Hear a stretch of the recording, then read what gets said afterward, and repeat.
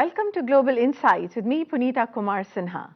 My guest today on the show is Srinivas Pulavarti, President and CIO of UCLA Investment Company, a well-known endowment fund with over $3 billion in AUM. We often hear hedge fund managers and long-only and mutual fund managers, but it's a rare opportunity to speak to the big endowment and pension funds who allocate to these funds globally and are in fact the key thinkers behind flows to various asset classes. Let's discuss with Srini his thought process in today's volatile market and his global investment outlook. Srini, thank you very much for joining us on the show. Srini, my first question to you is, how do you see the global economy unfold over the medium term? First, thank you for having me on your show, Punita. I appreciate the opportunity. In terms of how I look at global markets today, we look at the perspective as a U.S. investor. And as a U.S. investor, we still like the quality of the U.S. market. And then there are pockets like China and India. So most of our focus these days is in the U.S. And we are an endowment meant to exist to perpetuity. So we look at mostly investing 100% of our portfolio in equity-like securities. And the valuations in the US, as you know, we are hitting all-time highs. And despite Brexit and despite the chaos related to the elections in the US, the markets are surprising everybody. And given that the 10-year is at around 1.5% in the US and in Germany and Switzerland in negative territory, there is really not much to do in the fixed income markets. So we like global equity markets, we like the US, we like India and China to some extent, but the return expectations are far lower than what we probably saw over the last 10 years. Are you concerned about the global economy at all, given all the events that we've seen unfold, and that to some extent the financial markets are being propped by too much liquidity only? Yes, certainly. I think the fact that we don't see growth anywhere is quite concerning to us. I mean, the US is projecting 1% plus growth, and I think the best market so far we have seen is in India, and even India, I think it may be a 5% to 6% growth rather than the 7.5% projected. So the global markets are in a funk from a growth perspective, and I think it's likely to continue for the next cycle of 4 to 5 years. So we are not sure where the world is going to see growth anytime in the near future. And how about inflation, given the liquidity that we've seen and the central banks keeping liquidity in plentiful supply? Do you subscribe to the view that inflation will pick up, or do you believe that we will be in a slow growth deflationary environment for a long time? I think that the rates are going to be low for a very long time. Now, we are more used to look at asset inflation caused by the infusion of liquidity into the system over the last 10 plus years. So the real concern is asset inflation, and I think we have inflated every asset that we possibly could, whether it's real estate in the US, whether it's financial assets in the US or globally. So the problem is really asset inflation, and so we don't see CPI inflation being a problem anytime soon, and I don't think that the central bank or the Federal Reserve in the US is going to see any signs of inflation and increase the rates anytime soon on the 10-year for a very long time. So, Srini, you're talking about, entering and staying in a low growth environment globally for a long time. And endowments in the past have delivered about, 7 to 7.5% annualized returns, and pension funds around 9%. Do you see these returns achievable over the medium to long term, or do you think these returns are going to be significantly lower going forward? I think they'll be significantly lower. There is just no way, I think, endowments or pension funds or asset owners in the US can generate the kinds of returns that we are used to. If you look at the best endowment over the last 25 years, that's Yale, generated probably around 11% annualized. And I think that most endowments have dialed down expectations to somewhere in the 5 to 6% range. And pension funds, as you know, the ABO, PBO assumptions were at 9, 10%. I think almost all pension funds have brought them down to around 7%, 7.5%. I think even that is a stretch. And I think the CIOs like myself are preparing all our boards to expect lower returns. So given that you're expecting lower returns, are you seeing emerging markets offering better than the numbers that you suggested, better than the 5 to 7 or 6% returns that you're expecting broadly from your portfolios?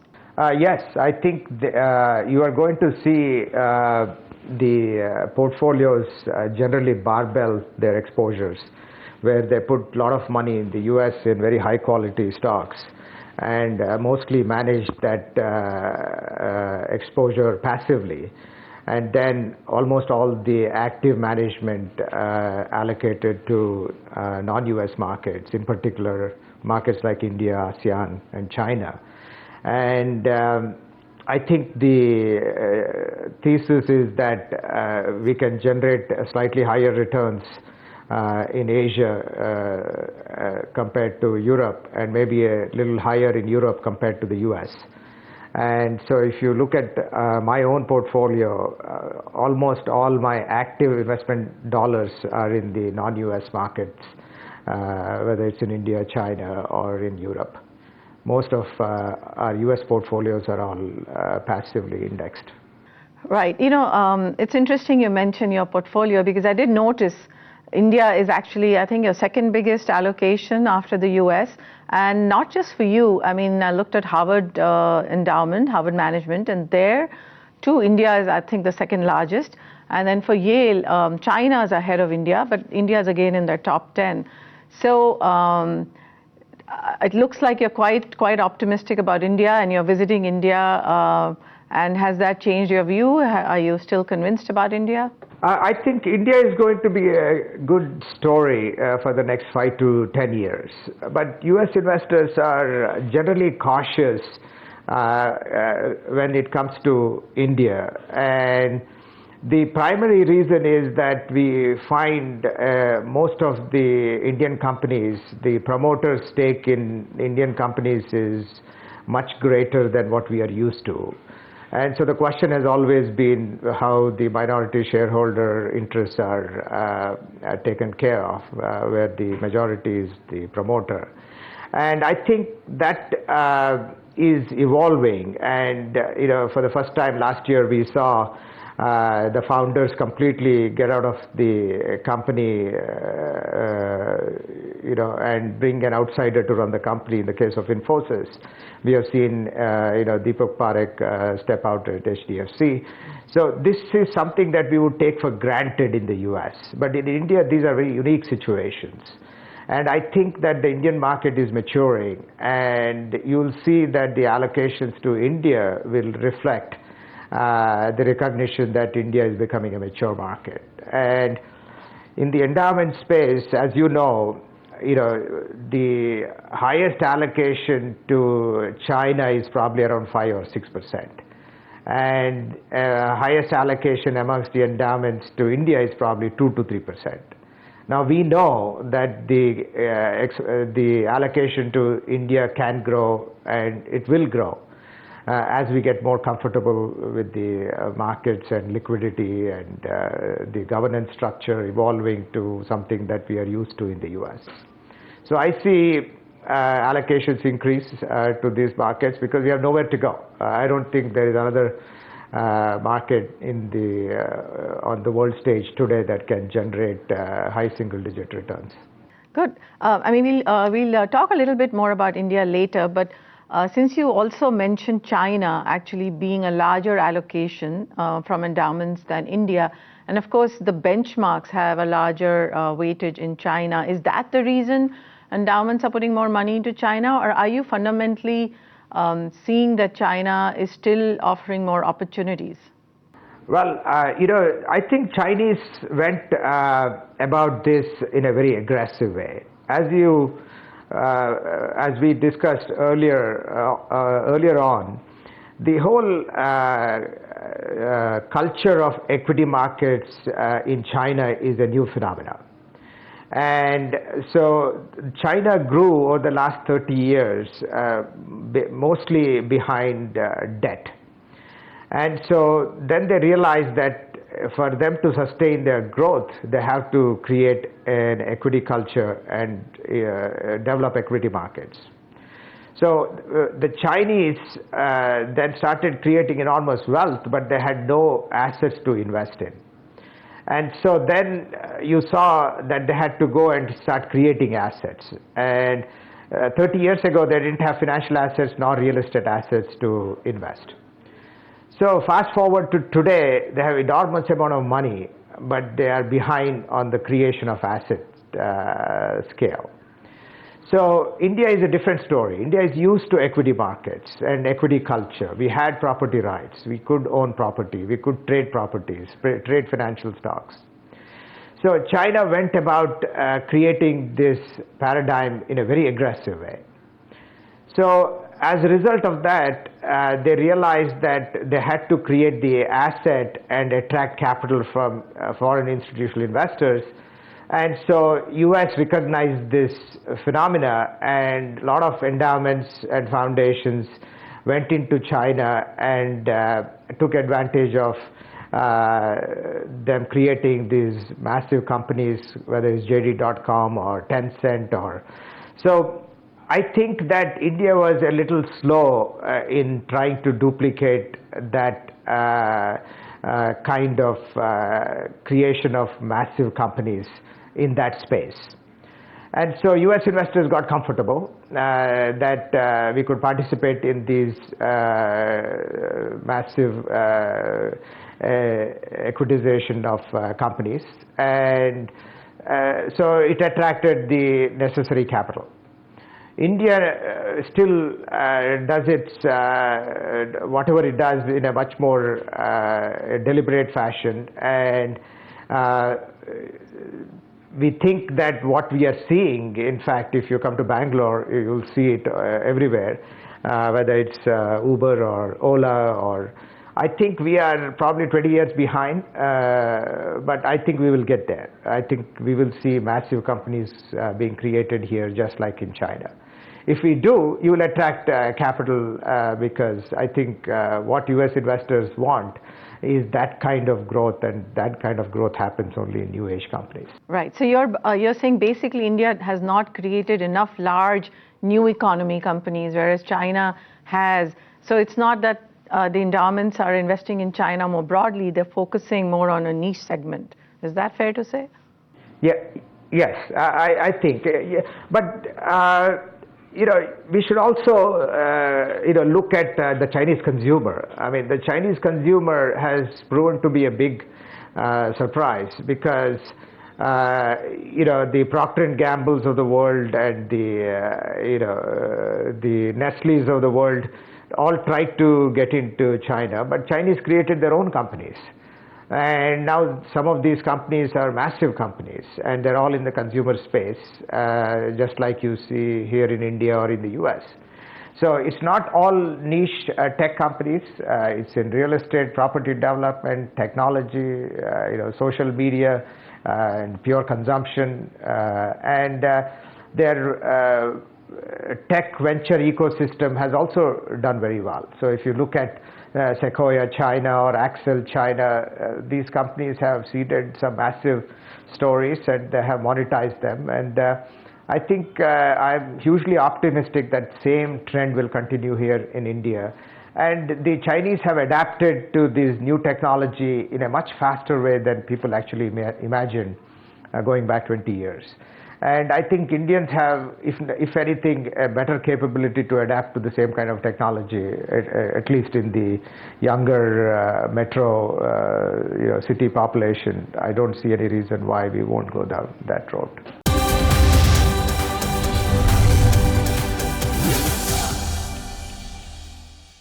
Shifting broadly to other emerging markets. Now, emerging markets have had very tough last few years, and only now this year we started seeing emerging markets make a comeback. We've seen a huge rally in emerging markets, both debt and equities. What is your view on this rally, and do you think it's sustainable? I mean, are you allocating more to emerging markets? Yes, we are constantly look to increase our allocation to emerging markets. But your question whether it's debt or equity, I'm a big believer that if you want to invest in emerging markets, you invest to participate in the equity market and not in the debt market.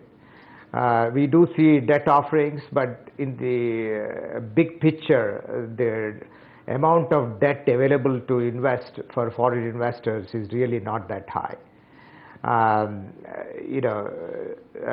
So the argument here is if you want to take the emerging market risk, you want to take the equity risk in emerging markets, because you are fundamentally betting on the emerging market consumer. And I think if that is the logic, then you'll see a lot more money wanting to come into equity markets rather than debt markets. But do you think this, the inflows that we are seeing into emerging markets, we've seen quite a bit of that come from ETFs. For instance, even in India, I think the larger chunk of inflows have come from Indian ETFs or from emerging market ETFs. So have endowments and pension funds increased their allocation to passive strategies in emerging markets that is causing this kind of flow into these markets? Or is it just that they can't really hold cash, so where is this coming from? Yeah, so that is one of the issues that I have been talking about. When you look at the Indian equity market, the US investors have constantly been frustrated that they don't find large asset managers coming into this market and managing larger pools of money. So it's a very fragmented asset management industry in India. A lot of the Indian product is also managed out of Singapore or Hong Kong. Finally, I think in the last few years, we are seeing a lot of the money management industry here in India step up to get the US investors the necessary exposure they need in India. So unlike China, we see that the Indian market for some reason has fragmented into Singapore, into Mumbai, some in Chennai, some in Delhi, and some in Hong Kong. And I think the largest asset manager in India, I think manages a couple of $1 billion. In comparison, there are at least 10 or 15 Chinese managers all managing multiple billions, 18, 20, 25 billion, mostly for US investors. So I think the next phase of the development here in India should be to attract a lot more capital into Indian managers' hands to be managed out of India. And you'll see that scale becomes a natural part of that growth equation, because I think we have too many smaller asset managers managing much smaller pools of money than they can actually manage. And I think you'll see that change, and I hope it changes, where we have some large asset managers establish themselves so that US investors can participate. What about gold? Gold's had a big rally this year. What's your view on gold? Yeah, so I've been doing this for over 2 decades, and I have never invested in gold. I just don't understand what moves gold, and it is too eccentric for me to start learning. And at this point, I'm too old to start learning about gold, so I have not invested in gold. But we watch the move very carefully, and we're always perplexed as to what drives the move, but we have no allocation to gold. That is very un-Indian of me, because As you know, Indians love gold. Right, right. And I wanted to get some learnings from you as an endowment for, say, Indian EPFO or Indian pension funds. Should they be allocating to equities, or is it too risky given where incomes are and discretionary, spending is? Yeah, so, I have always believed that if you have a long enough horizon, and given the fact that the EPF here has, at least a 15 to 20-year duration, and seeing what the Indian market has done over the last 50, 75 years, I think that people should back legislation that allocates 10 to 15% to equities. Indian equities have done very well, and I think that the right kind of equity exposure under the right governance structure can actually add a lot of value to the EPF portfolios here in India. And you can start small, start with 5 and then increase it by increments of 5% to 15, and take the political risk or regulatory risk that comes out with these kinds of changes. So I'm a big believer that in a country like India, where the equity markets drive the sentiment and drive the returns, drive the growth of the economy, I think it's not such a bad thing to let people participate. Given that we've had Brexit, one would have expected that to have a fairly negative impact on the stability of financial markets, we've not seen that happen. We've seen not much repercussion to the rest of the European markets as well. Why do you think markets have been so complacent in the wake of all this uncertainty that we are seeing?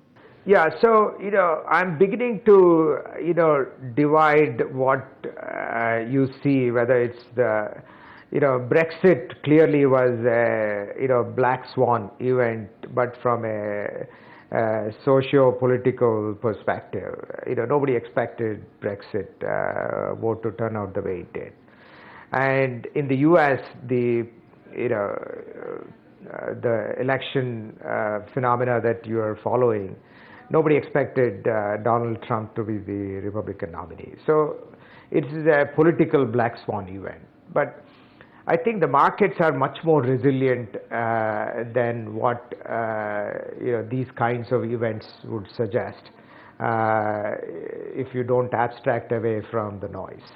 So I'm quite optimistic that whether it's innovation, technology, the resilience of the markets, that I think you'll always find markets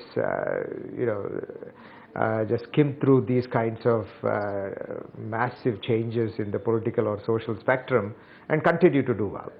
Now, it doesn't mean that it will be a straight line, and I think that we should expect markets to deliver 5 to 10% annualized in the next 10 to 15 years, which is lower than what we experienced in the last 25 years. But it's still a healthy return, and I would still be a bullish, optimistic equity investor in the global markets for the next 10-year cycle. Well, thank you very much, Srini, for this wonderful interview and an opportunity to talk to you. We look forward to talking to you again sometime in the future.